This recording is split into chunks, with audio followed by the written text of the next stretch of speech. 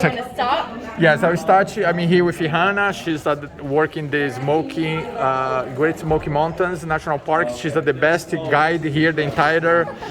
She deserves like an increase. If she's somebody from the management seat, she deserves more money, more big salary.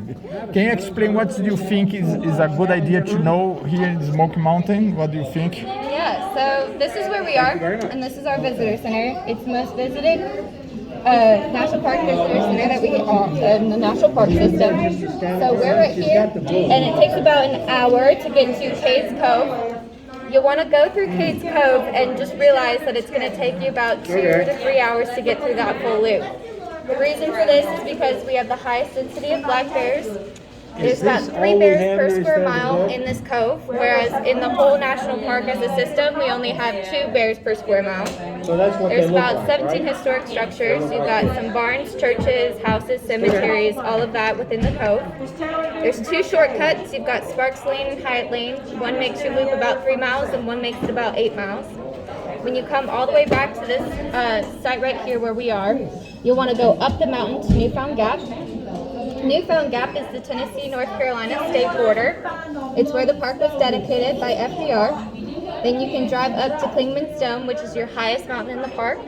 And that takes you to a half-mile hike up to an observation tower, where you can get a 360 view of the whole park. Then you come back down to Newfound Gap, and you can go all the way over into North Carolina. So this is the Oconaluftee Visitor Center, and this has the only side of the park where you can go to see elk. We've got a working miller here at that Mingus Mill right there, and a nice mountain farm museum with a walking representation of structures from the 1800s. And then you've got Mingo Falls on Big Cove Road, which is technically the highest waterfall that we have, but it's on this Cherokee boundary, so it's not technically in the park, but there should be no problem getting over there. Okay, and you told about the Andrew Bald hiking. You another 2-3 hiker you like it. Yeah, it's pretty much my favorite hike in the park. I think it's a tie between Charlie's Bunyan and Andrew's Bald. Andrew's Bald is really gorgeous. You've got 1.7 miles to get to that bald, and you'll see this really awesome view of Fontana Lake from there.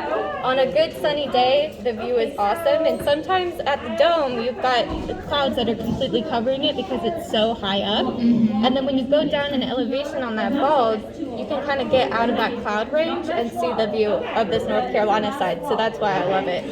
Okay, and you told me another hike is this hike here, Mango Falls, huh? Yeah, the Mingo Falls. Yeah, it's the highest waterfall that we have offered in our park, except it's not technically. See this little boundary, this red area?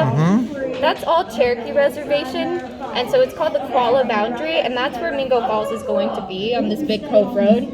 You don't have any trouble getting into it because it borders our park, and then we have a good relationship with them. But Laurel Falls would be our highest in the park. All right. Thank you very much, Hannah. You did a great job again.